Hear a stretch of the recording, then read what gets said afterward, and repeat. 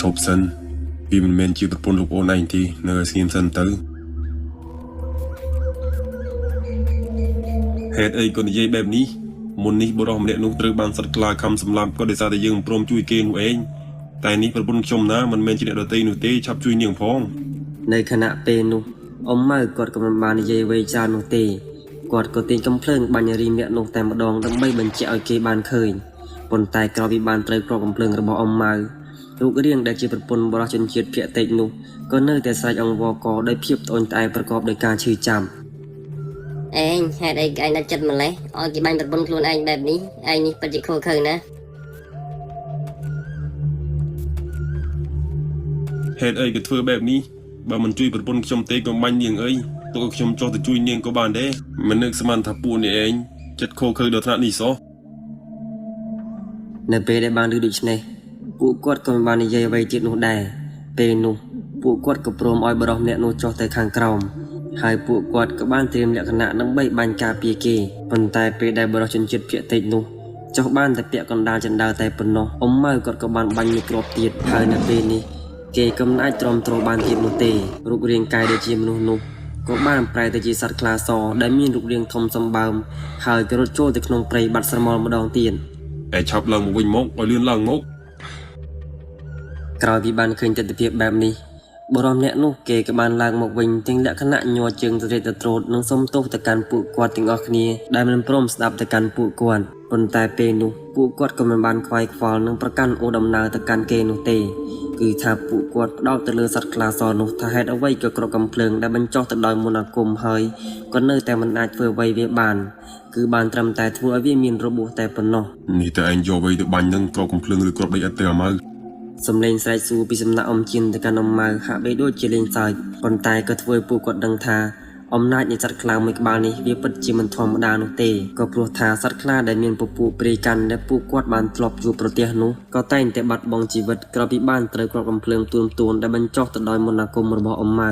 វាមិនធម្មតាទេលបងមិនដឹងថាវាជាសត្វខ្លាស្អីឲ្យបត់គាត់ទីគ្រាប់កំភ្លើងដែលបាញ់ត្រូវវាក៏បានត្រឹមតែធ្វើឲ្យវារបួសតែប៉ុណ្ណោះ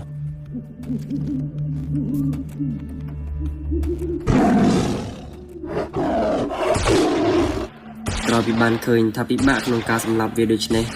ព្រានទាំង4ក៏បានត្រៀមកំភ្លើងរួចជាស្រេចដើម្បីបាញ់ព្រមគ្នាតែម្ដងឲ្យតែវាបង្ហាញខ្លួនម្ដងទៀតអាមួយនេះវាឆ្លាតណាស់បើចង់សម្លាប់វាមិនស្រួលទេក្រោយពីបានឃើញថាពិបាកក្នុងការបាញ់ទៅកាន់សត្វខ្លានោះអ៊ំសែនគាត់ក៏បានសូត្រនឹងបល័យគាថាដាក់សត្វអាគមដែលជាខ្លាសរបស់គាត់ចេញមកដើម្បីបញ្ឆោតសត្វខ្លានោះ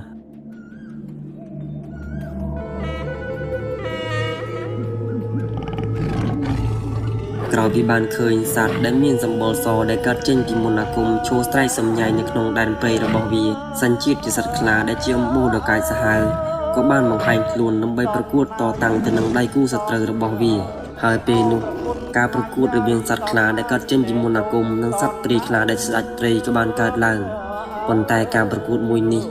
មើលទៅសត្វខ្លាដែលកើតចេញពីមន្តអាគមរបស់អ៊ំសែនក៏ចាញ់ប្រៀបទៅកាន់ស្ដេចខ្លាសដែលស្ដេចព្រៃមួយនេះ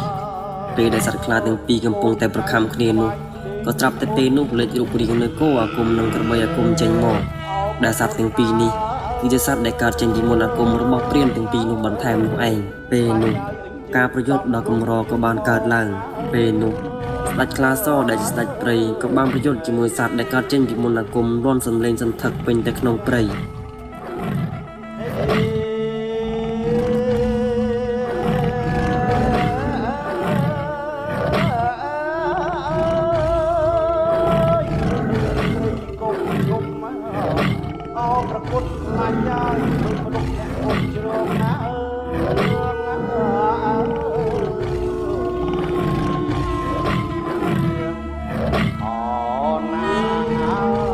បន្ទាប់ពីប្រយុទ្ធគ្នាអស់រយៈពេលយ៉ាងយូរសត្វដែលកើតចេញពីមន្តអាគមរបស់ព្រានព្រៃក៏បានយកឈ្នះទៅកាន់ស្ដេចខ្លាសដែលជាស្ដេចព្រៃនៅតំបន់ភ្នំដងរែកមួយនេះប៉ុន្តែការឈ្នះមួយនេះ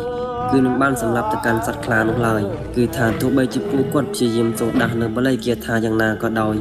ក៏សត្វអាគមរបស់ពួកគាត់មិនអាចសម្លាប់វាបាននោះទេគឺគ្រាន់តែវាដកថយនឹងក្រាបទៅនឹងដីហើយបានស្រែកដោយការឈឺចាប់តែប៉ុណ្ណោះដោយឃើញថាមិនអាចសម្លាប់វាបានព្រានទាំងអស់គ្នាក៏បានពន្លត់សត្វអាគមរៀងខ្លួនទៅ